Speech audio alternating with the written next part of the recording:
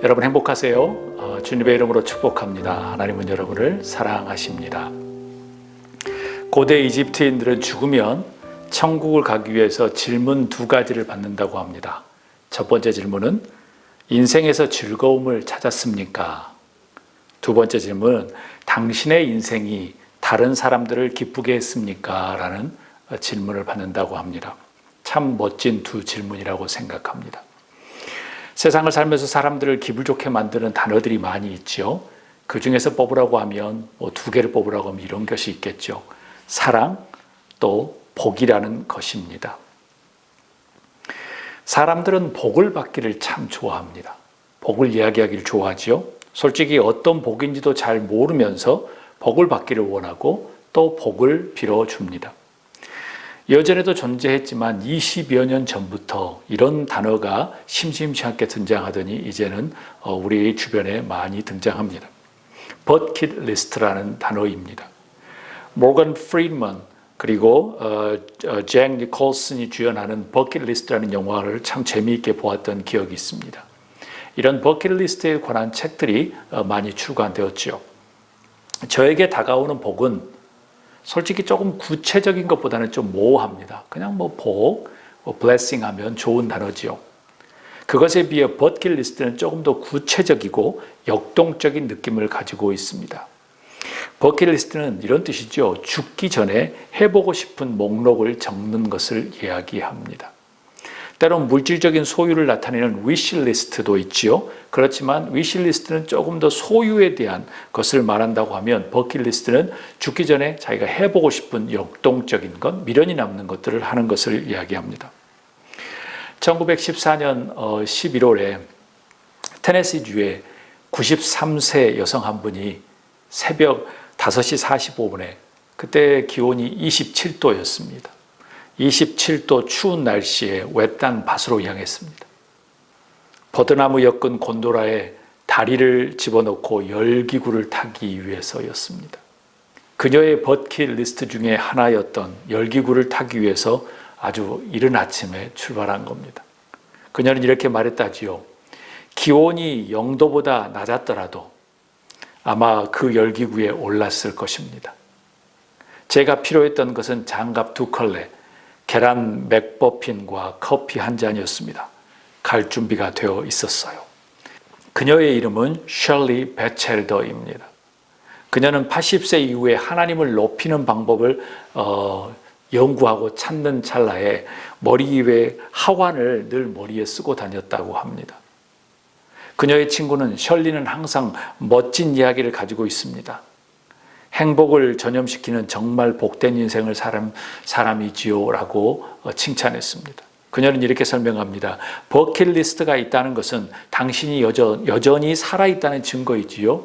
뭔가 창의적인 일을 더 기대하지 않은 사람은 이미 죽기로 마음먹은 것이니까요. 우리는 모두 마음을 들뜨게 하는 어떤 말도 안 되는 계획이 필요합니다. 그래야 재미와 사랑으로 삶을 대할 수 있을 테니까요. 놀랍게도 그녀는 9살부터 이런 버킷리스트를 만들어서 꿈을 조금씩 이루었다고 합니다. 그 중에 하나는 50세 때 대학에 들어가고 60세에 졸업을 했는데 우등으로 졸업하는 것도 버킷리스트 중에 하나였습니다. 수많은 버킷리스트를 이루고 그녀는 2020년에 99세이기로 하나님의 부름을 받았습니다. 어느 기관에서 대한민국 10대 이상의 어른들, 성인들 700명을 질문을 했습니다. 죽기 전에 꼭 하고 싶은 버킷리스트 1위는 무엇인가? 1위는 다름 아닌 여행이었습니다. 2위는 가족과 친모 도모를 하는 것이었고요. 3위는 경제적인 안정, 4위는 취미, 자기 개발, 5위는 운동, 건강이었습니다. 그런데 저를 흥미롭게 한 것은 이것이었습니다. 자기만의 버킷리스트가 있다거나 아니면 만들어 본 적이 있는가에 대한 질문에 21.9%, 거의 22%만 있다고 말하고 대부분은 그렇게 만들어 본 적이 없다는 것입니다. 그들이 버킷리스트를 만드는 이유는 이것이라고 합니다. 삶의 의미를 찾게 해준다. 후회 없는 삶을 살기 위해서라고 대답합니다. 여러분은 어떤 버킷리스트를 가지고 계십니까? 조금 바꾸어서 신앙 안에서 어떤 신앙의 버킷리스트를 소망하십니까? 오늘은 신앙의 버킷리스트가 있다면, 만약 우리에게 신앙의 버킷리스트가 있다고 하면 이라는 제목으로 말씀을 생각해 보려고 합니다. 다 함께 1절 말씀을 읽도록 하겠습니다. 아브라함은 이제 나이가 많은 노인이 되었다. 주께서는 아브라함이 하는 일마다 복을 주셨다. Abraham was now very old, and the Lord had blessed him in every way. 만약 누군가가 저에게 신앙의 버킷리스트가 있다면이라고 묻는다면 1절 말씀도 그 중에 하나가 될 수 있겠다는 생각을 해보았습니다. 많은 사람들은 복, 위시리스트, 버킷리스트를 성공하고 유명해지고 명품을 두르고 재물이 많고 럭셔리한 집과 럭셔리한 차와 높은 지위를 얻는 것에 초점을 맞추는 경향이 있습니다. 그렇지 않은 사람들도 존재하겠지만요, 많은 사람들은 외형적인 크기, 외형적인 사이즈와 높이와 화려함에 매료되어 그것을 버킷리스트로, 복으로 소망합니다. 저를 몹시 씁쓸하게 만드는 것은 이런 외형적인 복과 욕심의 버킷리스트를 위하여 신앙인들이 예배하고 기도를 한다는 것입니다. 이용하는 것이지요. 이런 모습들은 비단 21세기만이 아니라 역사 속에서 수없이 존재해 왔었지요. 그렇기에 예수님께서 이렇게 말씀하셨습니다. 아버지께 참되게 예배하는 자들은 영과 진리로 예배할 때가 오나니 곧 이때라. 아버지께서는 자기에게 이렇게 예배하는 자를 찾으시느니라. 하나님은 영이시니 예배하는 자가 영과 진리로 예배할지니라. 너희는 기도할 때 이방인과 같이 주여 주여 중언부언하지 말아라. 구하기 전에 너희에게 있어야 할 것을 하나님 너희 아버지께서는 아시느니라. 아멘. 여러분, 예수님이 이 말씀들을 누구에게 하셨을까요? 이스라엘 사람들에게 했습니다. 그들은 예배하고 기도하는 사람들이었습니다. 놀라지 않으십니까? 오늘도 적용해 보면 현재 예배하고 있는 수많은 크리스천들에게 하시는 말씀이 되지요. 겉이 아니라 중심이 영과 진리로 예배하는 자를 찾으신다는 말씀이에요. 다른 사람 앞에 자랑하는 것이 아니라 골방에서 하나님을 신뢰하며 친밀한 기도를 드리는 것을 원하신다는 겁니다. 겉을 채우기 위한 세상의 것들을 위하여 예배하고 기도하지 말라고 하십니다. 그런 의미에서 저는 아브라함은 이제 나이가 많은 노인이 되었다. 주께서 아브라함이 하신 일마다 복을 주셨다라는 말씀이 저의 신앙의 버킷리스트가 되기에 충분합니다. 여러분은 어떠신가요?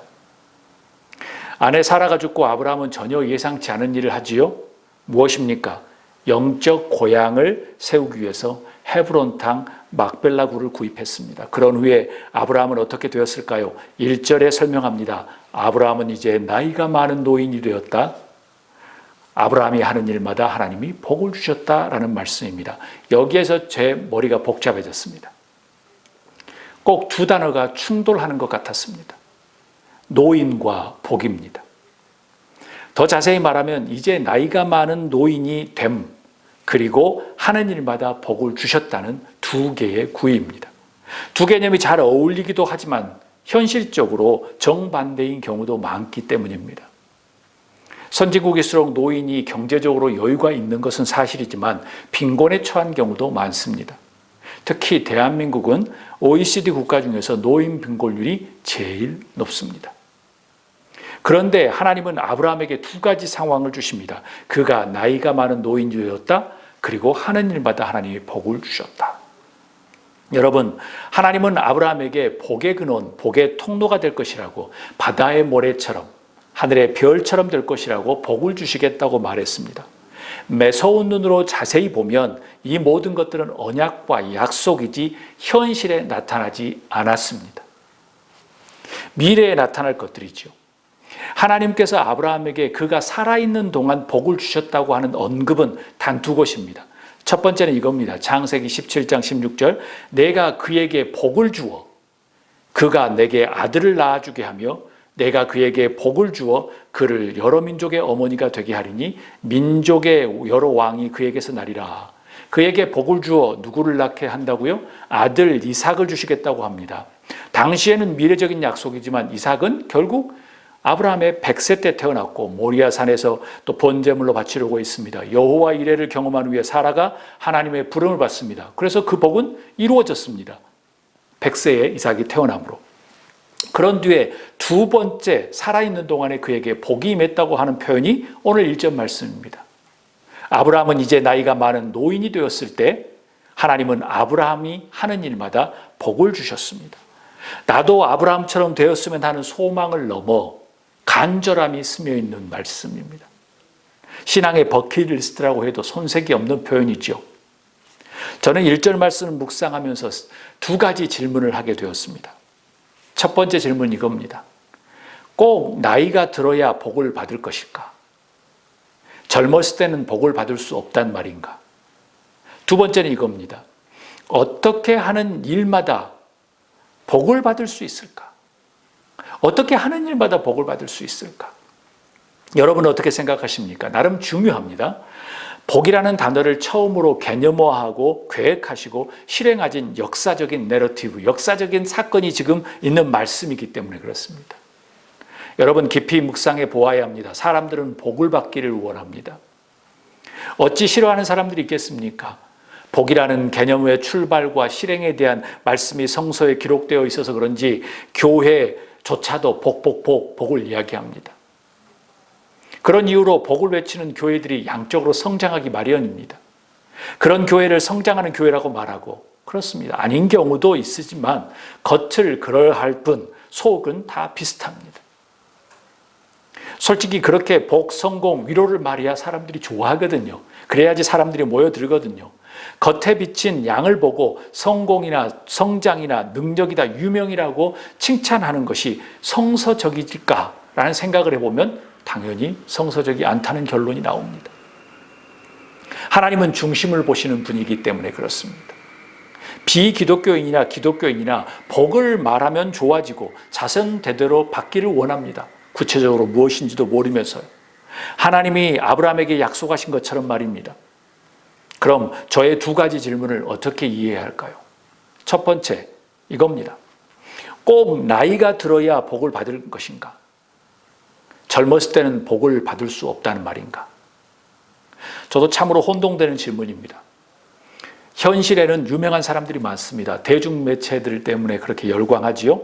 특히 젊은 나이에 성공하는 사람들, 스타들, 부자들을 부러워하며 흠모합니다.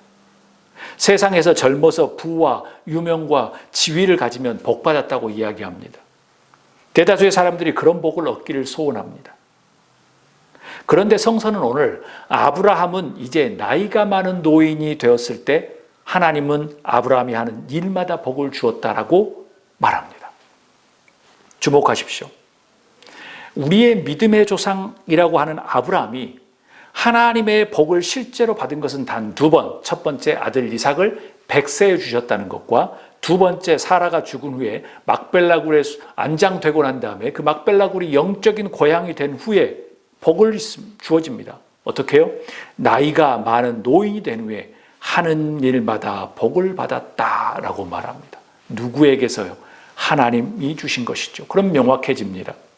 믿음의 조상이 그렇게 복을 받았다고 한다면 우리가 소망하는 복, 우리가 소망하는 버킷리스트, 그것에 무슨 문제가 있는 것은 아닌가라는 생각을 해봅니다. 그럼 복이라는 단어가 처음에 출현했던 부분이 어디가 있죠? 창세기 1장 22절에 보면 이렇게 이야기합니다. 하나님이 그들에게 복을 주시며 이르시되 생육하고 번성하여 여러 바닷물에 충만하라, 새들도 땅에 번성하라 하시니라. 하나님이 그들에게 복을 주시며 하나님이 그들에게 이르시되 생육하고 번성하여 땅에 충만하라, 땅을 정복하라, 바다의 물고기와 하늘의 새와 땅에 움직이는 모든 생물을 다스리라 하시니라. 아멘. 하나님은 아담과 이브를 창조하신 후에 그들에게 복을 주시면서 생육하고 번성하라고 하십니다. 땅에 충만하라, 그리고 땅을 정복하고 생물을 다스리라고 하셨습니다. 오늘의 초점은 아담과 이브이기 때문에 생육하고 번성하라는 것은 나중에 다루도록 하겠습니다.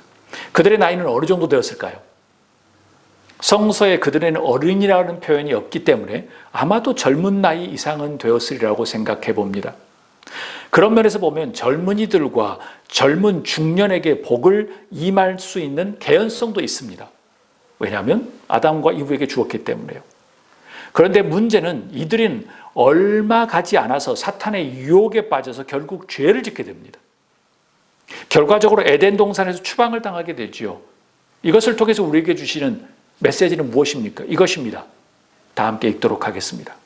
설익은 세상의 복은 결국 사람을 무너뜨린다. 또한 설익은 세상의 복은 사람을 교만하게 만들고 허영에 빠지게 되지요. 겸손과 거리가 멀어지게 합니다. 그런 이유로 영적인 면에서 어둠의 세력에게 농락당하기 쉽습니다.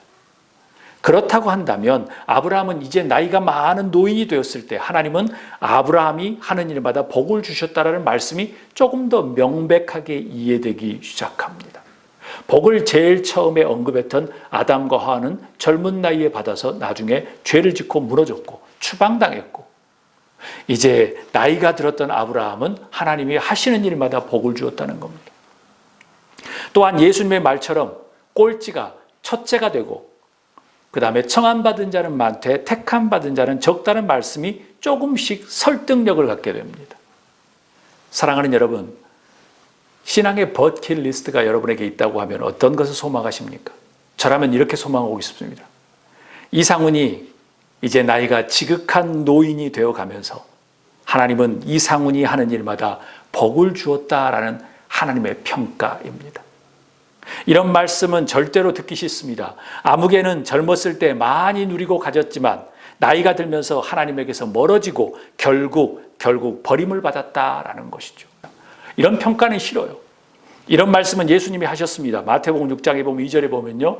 그러므로 구제할 때에 외식한 자가 사람들에게서 영광을 받으려고 회당과 거리에서 하는 것 같이 너희 앞에 나팔을 불지 말라. 진실로 너희에게 이르노니 그들은 자기 상을 이미 받았느니라. 너는 구제할 때에 오른손이 하는 것을 왼손이 모르게 하며 내 구제함을 은밀하게 하라. 은밀한 중에 보시는 너희 하나님께서 갚으시리라. 5절에 보면 또 너희는 기도할 때 외식하는 자와 같이 하지 말라. 그들은 사람에게 보이려고 회당과 큰 어귀에 서서 기도하기를 좋아하느니라. 내가 진실로 너희에게 이르노니 그들은 자기 상을 이미 받았느니라. 젊었을 때 무의미한 상이 아니라 지극한 나이에 하느님마다 복을 받았다는 하나님의 놀라운 평가를 받는 저와 여러분이 될 수 있기를 주님으로 축복합니다. 두 번째 질문은 이것입니다. 어떻게 하는 일마다 복을 받을 수 있을까? 가능한 것일까? 아브라함은 이제 나이가 많은 노인이 되었다. 주께서는 아브라함이 하는 일마다 복을 주셨다. The Lord had blessed him in every way. 여기서 하는 일마다 in every way라는 단어는 원어로 whole이라는 단어입니다. 이것은 the whole, all이라는 거예요. 100% 모든 일이라는 겁니다. 저는 이 말씀을 묵상하면서 지금도 전율과 함께 의문점에 퀘스천 마크가 남습니다. 정말 가능한 것인가? 어떻게 하는 일마다 모두 것이 다 복을 누릴 수 있단 말인가? 여러분은 어떻게 생각하십니까? 시편 1편 1절에서 3절 말씀을 제가 읽습니다. 복 있는 사람은 악인의 꾀를 따르지 아니하며 죄인의 길에 서지 아니하며 오만한 자의 자리에 앉지 아니하며 오로지 주님의 율법을 즐거워하며 밤낮으로 율법을 묵상하는 사람이다. 그가 시냇가에 심은 나무가 철따라 열매를 맺으며 그 잎이 시들지 아니함 같으니 하는 일마다 잘 될 것이다 라고 말씀하십니다. 아멘. 이곳에서도 하나님이 하는 일마다 잘 될 것이라고 표현합니다. 어떤 일을 하기에 하는 일마다 다 잘 되는 것인가요? 현실에서는 불가능하지요. 여기서는 이야기합니다. 악인의 꾀를 따르지 않고 죄인의 길을 서지 않고 오만한 자리에 앉지 아니한다. 주야로 말씀을 묵상하는 사람은 시냇가에 심는 나무가 철따라 열매를 메고 그 다음에 시들지 아니하므로 하는 일마다 잘 될 것이라고 말합니다. 그러면 이 두 구절을 보면 하나님께서 말씀하신 것은 무엇인가 사실과 같다는 생각을 해보기 시작합니다. 이런 오해를 하실 수도 있습니다. 외적인 성공과 성장과 그리고 유명과 럭셔리함이라고 생각하면 이렇게 표현하죠. 하는 것마다 잘 되면 우와 집이 대골처럼 이제 계속 커진다. 그리고 유명해지겠다. 럭셔리로 치장하고 럭셔리 차를 타고 부자가 계속 된다라고 생각하는 오해를 할 수 있습니다. 그런데 잘 보십시오. 성서는 정확하게 이야기합니다. 아브라함이 나이가 많아졌을 때 하는 일마다 잘 되었다. 그리고 시냇가에 심은 나무가 철 따라 열매를 맺으며 시들지 않는 것이다라고 이야기합니다. 세상의 눈으로 보는 그런 양적인 성공과 럭셔리와 거리가 조금 있음을 우리는 알 수 있습니다. 그런데 확실한 것은 하는 일마다 복을 받을 것이라는 것은 확실한 겁니다. 하나님 말씀이니까요. 가능하고도 남습니다. 하나님이 하시기 때문입니다. 그럼 하는 일마다 복을 받는 버킷리스트를 완성하기 위해서는 어떤 자세, 어떤 모습들이 필요할까요? 묵상 후에 저는 깨달음을, 감동을 받았습니다. 아, 이런 모습이다라는 생각. 우리 다 함께 읽어보도록 하겠습니다.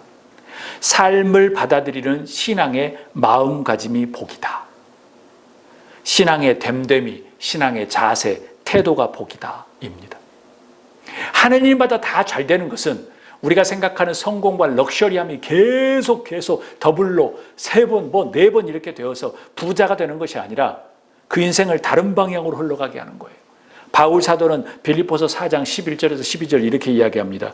내가 궁핍함으로 말하는 것이 아니니라. 어떠한 형편이든지 나는 자족하기를 배웠노니 나는 비천에 처할 줄도 하고 풍부에 처할 줄도 알아. 모든 일 곧 배부름과 배고픔과 풍부와 궁핍에도 처할 줄을 아는 일체의 비결을 배웠노라. 내게 능력 주시는 자 안에서 내가 모든 것을 할 수 있느니라. 아멘. 유진 피터슨 목사님이 쓰셨던 메시지 성경으로 읽으면 조금 더 쉽습니다. 귀를 주목해 주시기 바랍니다. 사실 나는 개인적으로 무엇인가를 바라는 마음이 없습니다. 이제 나는 나의 형편이 어떠하든지 간에 정말로 만족하는 법을 배웠습니다. 나는 적은 것을 가지고도 많은 것을 가진 것처럼 행복하고 많은 것을 가진 것도 적은 것을 가진 것처럼 행복합니다.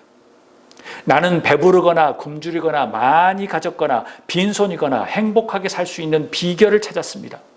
내가 가진 것이 무엇이든지 내가 어디에 있는지 지금도 나를 만들어주신 분 안에서 나는 모든 것을 해낼 수 있습니다. 아멘.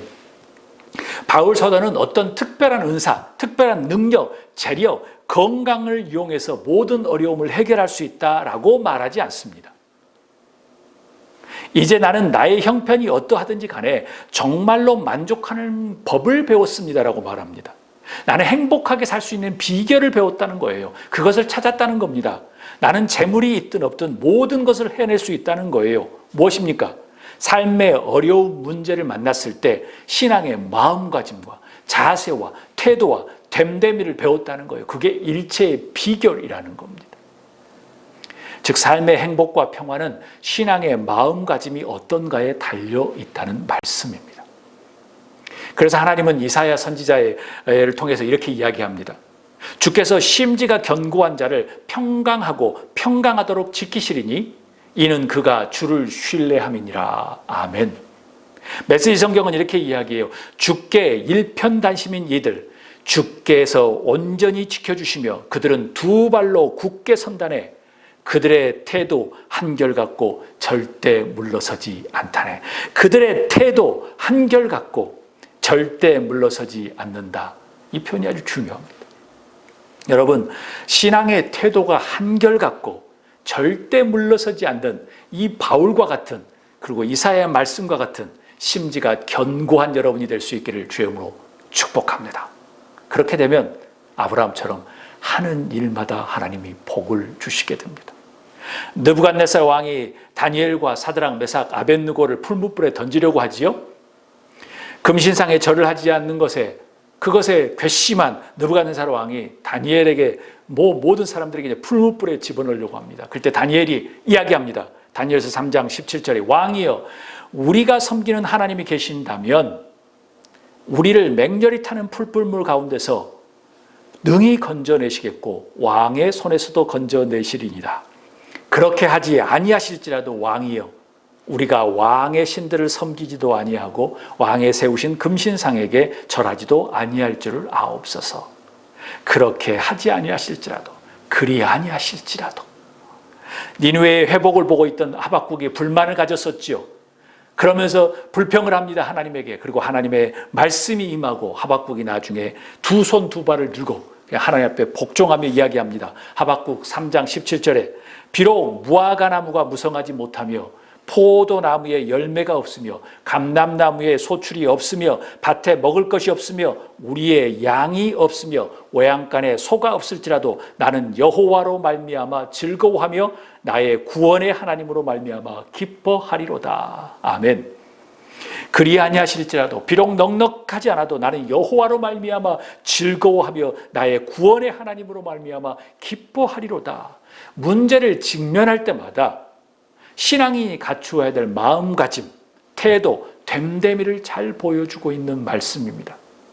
이 비밀이 아브라함이 하는 일마다 하나님께서 복을 주셨다라는 의미라고 저는 생각합니다. 초대교회 수많은 신자들이 사자의 밥이 되고 토비를 켜고 그 다음에 카타콤에서 죽어가고 경기장에서 죽어갈 때 그들은 찬송하며 죽어갔죠. 두렵기도 했을 것입니다. 그렇지만 그들은 하나님을 만나고 평화 속에 들어갔습니다.